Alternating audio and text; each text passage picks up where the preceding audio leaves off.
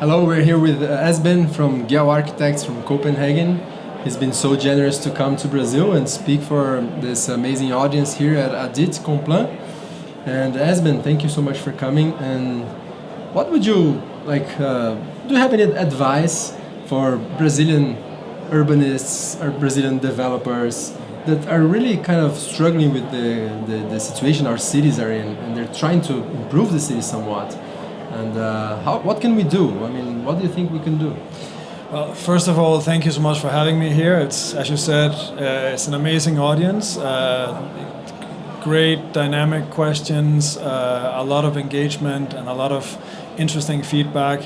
And it's a big honor for us to be here. I think especially a gathering of people working with real estate development, that there is so much will to move things ahead and so much will to look at different ways of doing things. And I think our main piece of advice would be to first of all, look at experiences of other places. How can certain things be done so that we can overcome some of the ingrained thoughts that we have around and conceptions around how a good life in cities should be. And then I think a lot of it also has to do with looking at how the everyday life for people in the areas that we develop can be improved, and how can we work with the products that we have, with the typologies, how can we work with the mix between open space and private space and so on to achieve that. So I think there are a lot of things that can be done, and a lot of ways where we can, as a field, push things forward in a positive way. Yeah, this relates a lot with the philosophy of Gehl of working first life, then spaces, then buildings in the last place. Can you explain a little bit about what does that mean? I mean, how do you turn that, which is a really nice, let's say, slogan, but how do you turn that into some actionable things that you can actually do in your day to day?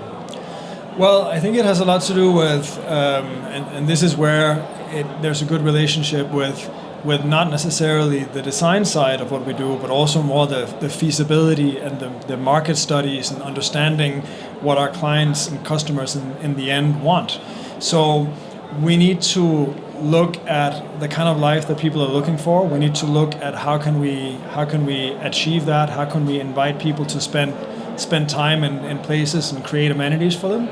And how can we also use the things that we have to do anyway? I mean, for instance, we have to provide streets, we have to build certain things. How can we make those places high quality spaces and not just places for traffic or parking cars and so on? So I think there's a lot of ways where this can be achieved, where if we look at a given space and look at the kind of life that it can support, and not just what it's supporting today, but what the potential of the place is, then I think we can move things a lot further. Because a lot of places have great potentials that just need some tweaking and some extra thought to unlock it. So I think that's number one. And another aspect is to say, well, think about the context relationships to the context that we're in. How do anything we do actually plug into that context? How do we support and enable people to spend time in these places? There's a quote from a very good friend of mine, Fred Kent, who I think you know, is the founder of Placemaking X and the Placemaking Fund and the Social Life Project, which is also a great content online.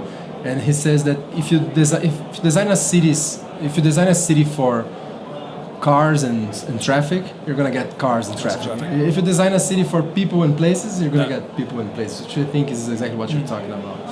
And Esben, now last question out of curiosity. I mean, Jan Gehl is probably the most referenced and most quoted urbanist of our time. I mean, his is nothing short of a genius, and you guys have been following on his path. And how does it feel to work on work at Gehl Architects? I mean, you are like the most admired urban planning firm in the world. I mean, that should be that must be amazing, isn't it?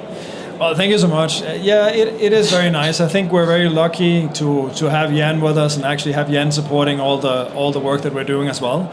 And I think it's interesting also to look at how can you take a lot of the work that was often centered around cities and regions and governments as clients, and now also look into, which is actually the majority of what we do now, is how does that work within development, residential development, property development of different kinds.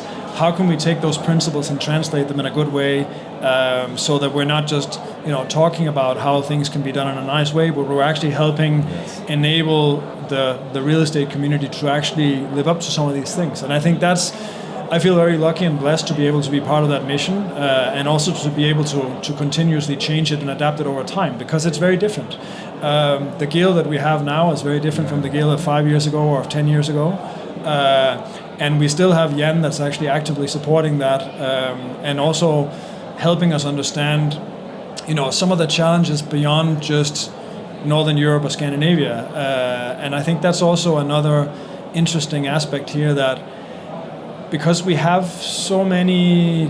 we've been lucky enough to work in so many different places, and we have a lot of good connections, we can also facilitate some conversations that go across different contexts and different cultures and different countries. So we're right now doing a project in Indonesia where for a large real estate development company, where we're bringing in one of our former clients, a Mexico City-based, really great infill development office, and sort of getting them to work together. And it's actually been really nice to be able to make connections like that as well. So I think that's a blessing that we have that, we're able to have that position, and we're very thankful for that. And of course, very thankful for being here as well. No, I'm a huge fan. Thank you very much. I'm very excited to having met you. Thank you, Ricardo. Looking forward to working with you sometime soon. Perfect. Sounds great. Bye-bye.